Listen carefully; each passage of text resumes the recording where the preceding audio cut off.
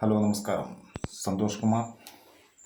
ഉത്തര കന്നഡ ഷിരൂർ ജില്ലയിലെ ദേശീയ പാതയിലേക്കും സമീപത്തെ ഗംഗാവലി പുഴയിലേക്കും ഉരുൾപൊട്ടലിൽ സമീപത്തുള്ള മലയിൽ നിന്നും ഇടിഞ്ഞിറങ്ങിയ മൺകൂമ്പാരം.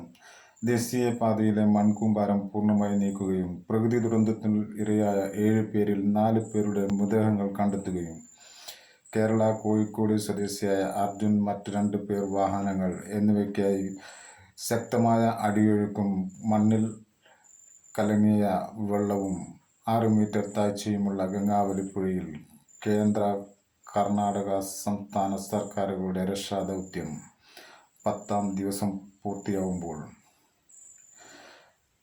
കരസേന, നാവികസേന, സ്കൂബ ഡൈവേഴ്സ് രക്ഷാദൗത്യ സംഘങ്ങൾ,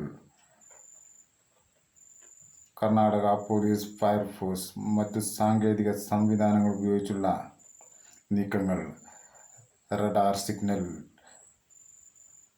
ഡ്രോൺ ഉപയോഗിച്ചുള്ള നിരീക്ഷണം, സൗര സിഗ്നലിൽ പുഴയുടെ 4 ഭാഗത്തു നിന്നുമായി 4 ലോഹഭാഗങ്ങൾ കണ്ടെത്തുകയും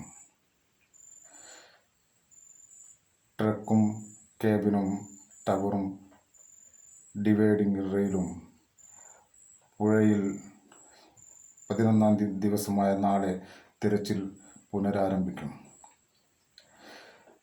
സ്ഥലം കാർവാർ MLA ആയ സതീഷ് കൃഷ്ണ സെയിൽ, വിരമിച്ച മുൻ കരസേന റിട്ടയർഡ് ജനറൽ മേധാവി പാലക്കാട്ട് ഇന്ദ്രപാൽ, ജില്ലാ collector MP MK Raghavan, Sachin Dev MLA, മാധ്യമങ്ങൾ, മറ്റ് വാഹനങ്ങളുടെ ഡ്രൈവർമാർ.